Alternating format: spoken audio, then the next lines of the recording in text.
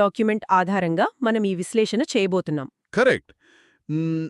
అసలు ఈనాటి ప్రధాన ఉద్దేశం ఏంటంటే కేవలం వ్యాపారం చేసుకోవడానికని వచ్చిన ఒక చిన్న ట్రేడింగ్ కంపెనీ. అదేనండి, మనందరికీ తెలిసిన British east India company. Exactly. ఆ చిన్న కంపెనీ ఏకంగా ఒక విశాలమైన భారత ఉపఖండాన్ని ఎలా తన గుప్పిట్లోకి తెచ్చుకోగలిగింది అనేదాని మూలాలను మనం అన్వేషించబోతున్నాం. అంటే ఇది వినడానికి కేవలం పాత చరిత్ర పాఠంలా అనిపించొచ్చు. కానీ నిజానికి ఇదొక హైరిస్క్ స్టార్టప్ వ్యాపారం, వెంచర్ క్యాపిటలిజం, ఇంకా దౌత్యం, భౌగోళిక వ్యూహాలను ఉపయోగించి ఒక సామ్రాజ్యంగా ఎలా మారిందో తెలిపే ఒక అద్భుతమైన కేస్ స్టడీ ఇది. నిజమే. మన ప్రయాణంలో శ్రోతలు ఆశ్చర్యపోయే ఎన్నో క్షణాలు ఉండబోతున్నాయి. ఒక చిన్న నియమం ఏంటంటే ఈ సమాచారమంతా మనం మూలాల ఆధారంగా ఎలాంటి పక్షపాతం లేకుండా విశ్లేషించడం జరుగుతుంది. ఖచ్చితంగా. సరే, ఇక ఏమాత్రం ఆలస్యం చేయకుండా మొదలు పెడదాం. అసలు ఈ కథ ఎక్కడ మొదలైంది అనేది ఒక్కసారి చూద్దాం. దీన్ని సరైన కోణంలో అర్థం చేసుకోవాలంటే మనం 16వ శతాబ్దం చివరి రోజుల్లోకి వెళ్ళాలి. అప్పట్లో ప్రపంచ సముద్ర వాణిజ్యం మొత్తం పోర్చుగల్ మరియు స్పెయిన్ దేశాల గుత్తాధిపత్యంలో ఉండేది. అవును. కానీ 1588లో ఒక చారిత్రక ఘట్టం జరిగింది కదా, ఆ స్పానిష్ ఆర్మడాను ఇంగ్లీష్ వారు ఓడించడం. అది కేవలం సైనిక విజయం మాత్రమే కాదు, సముద్రాలను మనం కూడా ఏలగలమని ఇంగ్లీష్ వారిలో ఆత్మవిశ్వాసాన్ని నింపిన ఒక గొప్ప మానసిక విజయమది. అదే ఉత్సాహంతో 1599లో మర్చెంట్ అడ్వెంచరర్స్, దీన్ని కొంచెం విడమర్చి చూద్దాం. వారు కేవలం వ్యాపారం చేద్దామని అనుకుంటే సరిపోదు, దానికి ఖచ్చితంగా ప్రభుత్వం మద్దతు కావాలి. అవును. ఇక్కడే 1600 డిసెంబర్ 31న క్వీన్ ఎలిజబెత్ I నుండి ఈస్ట్ ఇండియా కంపెనీకి అంటే ఈఐసికి రాయల్ చార్టర్డ్ లభించింది. అంటే తూర్పు దేశాలతో వ్యాపారం చేసుకునే పూర్తి గుత్తాధిపత్యం. ఇది మనం నేటి కాలంలో చూసే స్టార్టప్ ఫండింగ్ లాంటిదే కదా. ఒక 17th సెంచురీపు వెంచర్ క్యాపిటలిజం ఇది. వ్యాపారమే ఒక జాతీయ ప్రాజెక్టుగా మారిపోయింది. కానీ ఆసక్తికరమైన విషయం ఏమిటంటే వాళ్ల మొదటి లక్ష్యం అసలు ఇండియానే కాదు. అవును, వాళ్ల టార్గెట్ ఇండోనేషియాలోని సుగంధ ద్రవ్యాల దీవులు. కరెక్ట్. కానీ అక్కడ అప్పటికే డచ్ వారి ఈస్ట్ ఇండియా కంపెనీ అంటే ఆ విఓసి ఆధిపత్యం చాలా బలంగా ఉంది. ఆ పోటీ ముందు వీరు నిలబడలేకపోయారు. ఒక రకంగా చెప్పాలంటే కంపెనీ దాదాపు ఫెయిల్ అయ్యే పరిస్థితికి వచ్చింది. ఆ సమయంలోనే 1630 నాటికి ఒక చారిత్రాత్మక మలుపు తీసుకున్నారు. మోడర్న్ టర్మినాలజీలో చెప్పాలంటే ద బిగ్ పివట్, ప్రోడక్ట్ స్ట్రాటజీని మార్చేశారు. ఈ ఒక్క నిర్ణయం కంపెనీ మనుగడనే కాపాడింది కదా.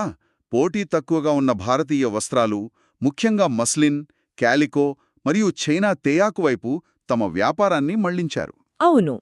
సరే, వాళ్ళు ఇండియాకైతే వచ్చారు, కానీ ఇక్కడ వ్యాపారం చేయడం అంత సులభం కాలేదు.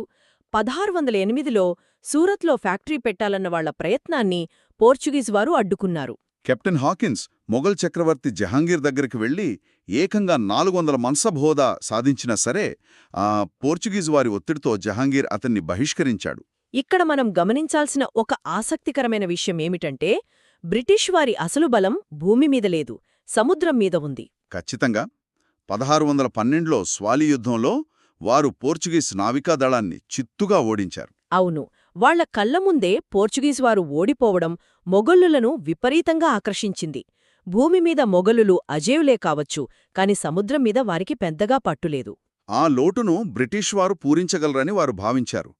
ఆ సంఘటన తర్వాతే దౌత్యపరమైన సమీకరణాలు మారాయి కదా. నిజమే.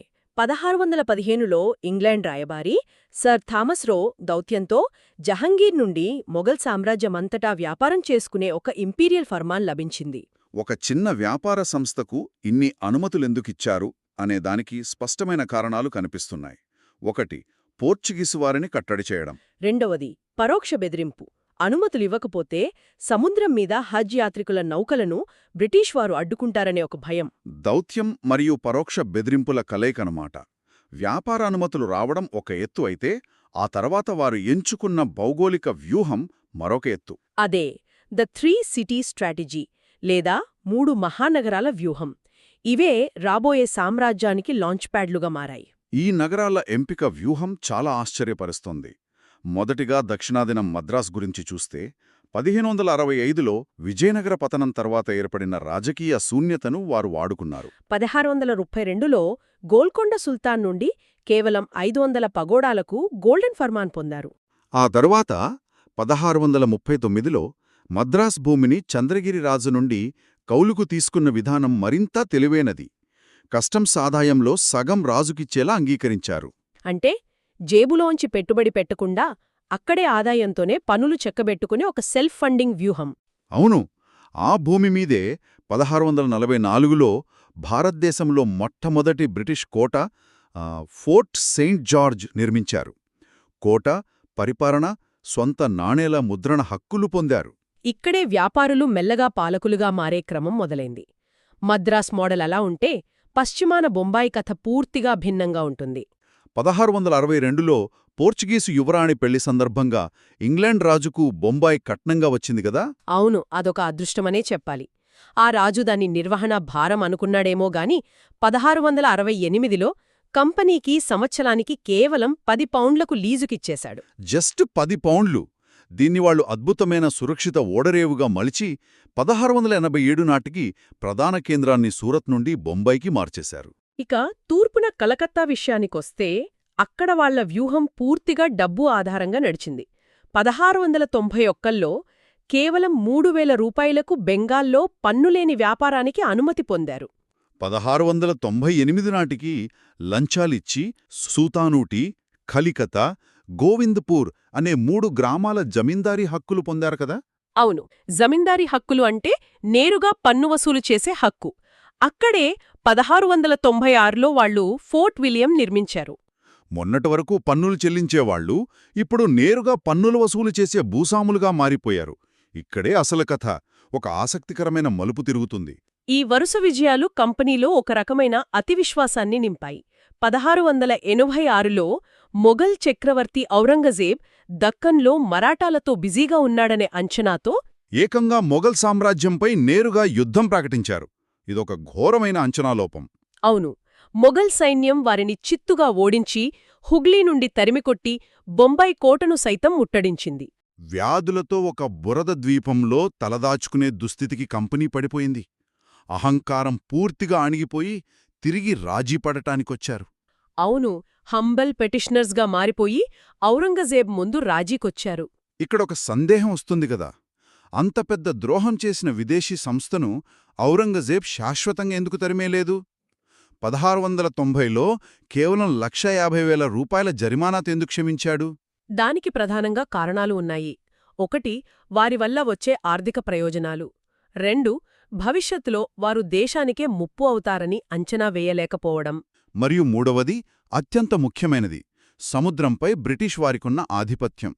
సముద్ర వాణిజ్యాన్ని, యాత్రికులను నాశనం చేస్తారనే భయం. ఖచ్చితంగా. ఇక ఈ కథలో మరొక అత్యంత కీలకమైన ఘట్టం కంపెనీ యొక్క మ్యాగ్నా కార్టాగా పిలువబడే 1717 ఫర్మాన్లు. దీని వెనుక ఒక విచిత్రమైన సంఘటన ఉంది. ఆంగ్లేయ సర్జన్ విలియం హామిల్టన్ మొఘల్ చక్రవర్తి ఫరూక్ సియార్కు ప్రాణాపాయం నుండి శస్త్రచికిత్స చేసి కాపాడాడు. దానికి కృతజ్ఞతగా చక్రవర్తి ఇచ్చిన వరాలు చరిత్ర ముఖచిత్రాన్నే మార్చేశాయి. అందులో ముఖ్యంగా 4 వరాలున్నాయి.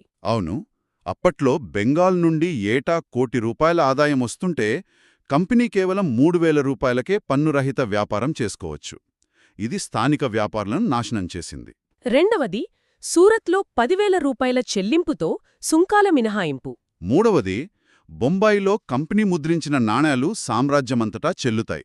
అంటే సార్వభౌమాధికారాన్ని పంచుకోవడమన్నమాట. నాల్గవది, కలకత్తా చుట్టూ మరింత భూమిని అద్దెకు తీసుకునే హక్కు.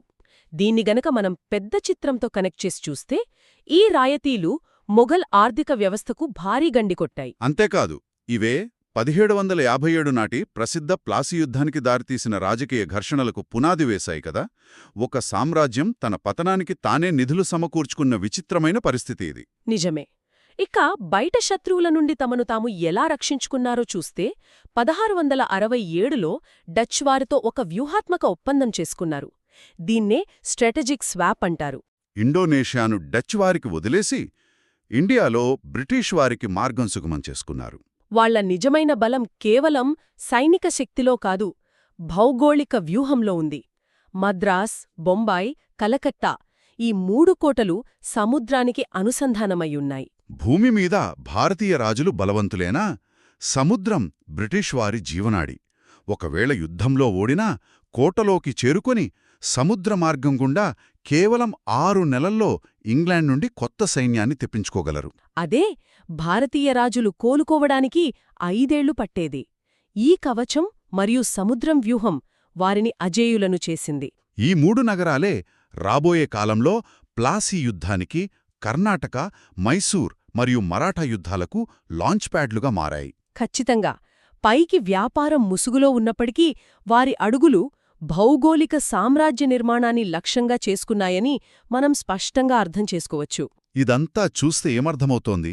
బ్రిటిష్ వారు కేవలం ఆయుధాలతో రాలేదు, రాజకీయ శూన్యతను వెతుక్కున్నారు, అత్యంత వ్యూహాత్మకమైన ప్రదేశాలలో పునాదులు వేశారు. స్థానిక పాలకుల బలహీనతలను తమకు అనుకూలంగా మార్చుకున్నారు. వ్యాపారం ముసుగులో జరిగిన ఒక అద్భుతమైన సామ్రాజ్య నిర్మాణ ప్రణాళిక ఇది. సరే, ఈనాటి మన చర్చను ముగించే ముందు శ్రోతలు ఆలోచించడానికి ఒక ఆసక్తికరమైన ప్రశ్న. 18వ శతాబ్దంలో సముద్ర మార్గాలు, భౌగోళిక కోటలు ఒక ఖండాన్ని నియంత్రించడానికి ఉపయోగపడ్డాయి. మరి నేటి ఆధునిక డిజిటల్ యుగంలో అధికారాన్ని నియంత్రించే ఆ కొత్త సముద్ర మార్గాలు, కొత్త వ్యూహాత్మక కోటలేవి? భౌగోళిక సరిహద్దుల కంటే డిజిటల్ నెట్వర్కులు, డేటా ప్రవాహాలు ప్రపంచాన్ని శాసిస్తున్న ఈ రోజుల్లో రేపటి సామ్రాజ్యాలు ఎలా ఉండబోతున్నాయి? చాలా మంచి ప్రశ్న. దీని గురించి ఖచ్చితంగా ఆలోచించాలి.